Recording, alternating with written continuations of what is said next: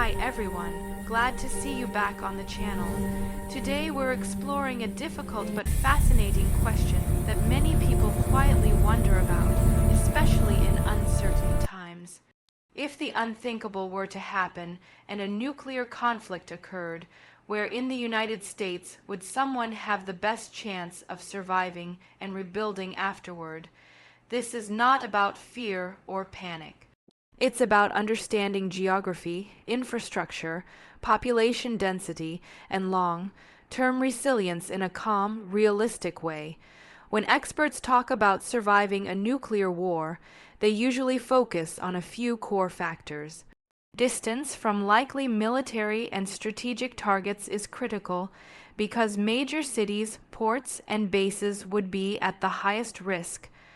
Population density matters since crowded areas suffer more casualties and slower recovery. Access to food, fresh water, and energy is essential for long-term survival. Terrain and climate also play a role, especially when considering fallout patterns, extreme weather, and agriculture. One of the places often mentioned by analysts is parts of the northern Rocky Mountain region, especially areas of Montana.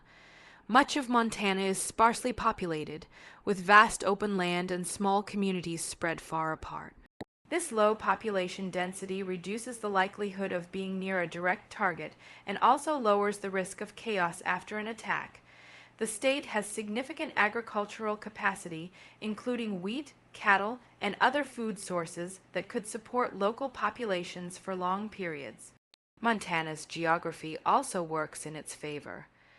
The mountainous terrain can disrupt fallout patterns, and prevailing winds often carry fallout eastward, meaning some western areas may receive less contamination depending on strike location. Fresh water from rivers, lakes, and underground aquifers is abundant, and many communities already rely on local resources rather than complex supply chains. While winters can be harsh, residents are accustomed to self-reliance, which would be a major advantage in a post-war scenario. Another region often considered relatively safe is parts of Idaho, particularly central and northern Idaho. Like Montana, Idaho has a low population density in many areas and is far from major coastal cities and industrial centers. Agriculture plays a strong role in the state's economy, with potatoes, grains, dairy, and livestock forming a solid food base. This ability to produce food locally would be invaluable if national supply systems were disrupted.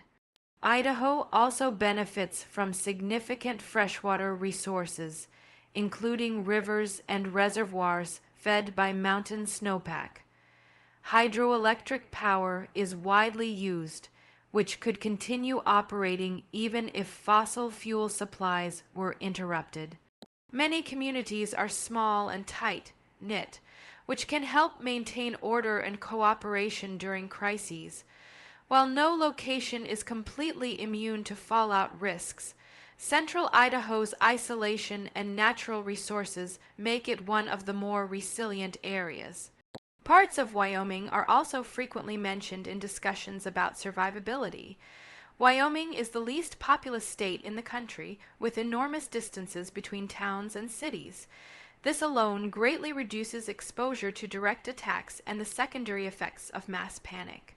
The state has extensive agricultural land, particularly for livestock, and a strong culture of self-sufficiency.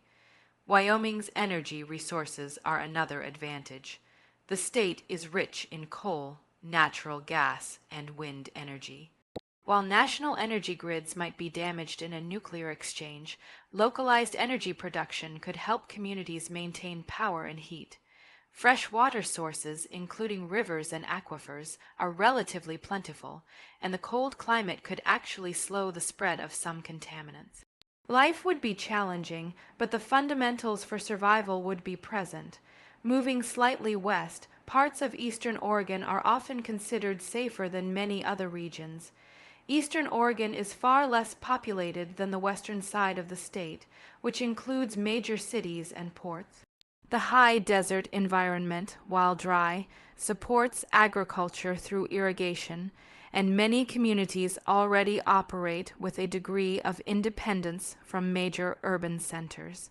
The terrain in eastern Oregon includes plateaus and mountain ranges that can influence fallout patterns, potentially reducing exposure depending on wind direction. The region also has access to renewable energy sources, particularly wind and hydroelectric power. While water management would be a critical concern, the Columbia River system and underground aquifers provide important resources. Communities here tend to value preparedness and local cooperation, which could be vital after a large-scale disaster. Another area that experts sometimes point to is parts of the upper Midwest, particularly northern Minnesota. While closer to some industrial regions than the Mountain West, northern Minnesota still has relatively low population density compared to major metropolitan areas. The region is rich in freshwater, with countless lakes, rivers, and wetlands that provide reliable drinking water and fishing opportunities. Northern Minnesota's climate supports agriculture during the warmer months, and the long winters, while difficult, could reduce disease spread and slow environmental contamination processes. The forests offer timber for building and fuel, and many communities already have experience with hunting, fishing, and off-grid living. Distance from coastal targets and major military hubs increases its chances of avoiding direct strikes. The Upper Peninsula of Michigan is another region often discussed in survival analyses.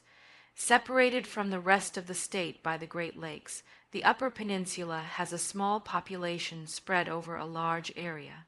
The surrounding lakes act as natural barriers and provide one of the largest freshwater reserves in the world. Access to clean water is one of the most critical factors in long-term survival, and this region excels in that regard.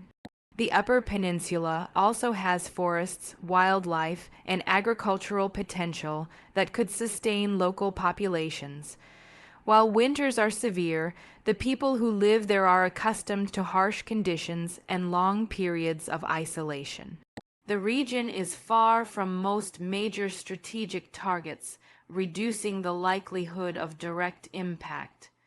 Transportation might be limited after an attack, but that isolation could actually be protective.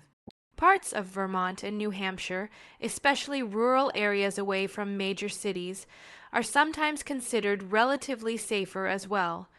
These states have small populations, strong local agriculture, and abundant water resources.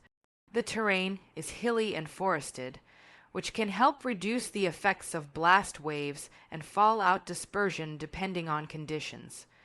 New England as a whole has some high-risk targets, but rural northern areas are less likely to be directly affected. Many communities in Vermont and New Hampshire emphasize local food systems, renewable energy, and community cooperation. These qualities could help them adapt more quickly in a post-nuclear environment. Cold winters and limited growing seasons are challenges, but they are not insurmountable. Another region worth mentioning is parts of the Appalachian Mountains, particularly in West Virginia. While some areas are near industrial centers, much of the state is mountainous and rural, with small communities and limited strategic value. The terrain provides natural shielding, and many valleys are isolated from major transportation corridors. Thanks for watching. Don't forget to like the video, leave a comment, and subscribe to the channel.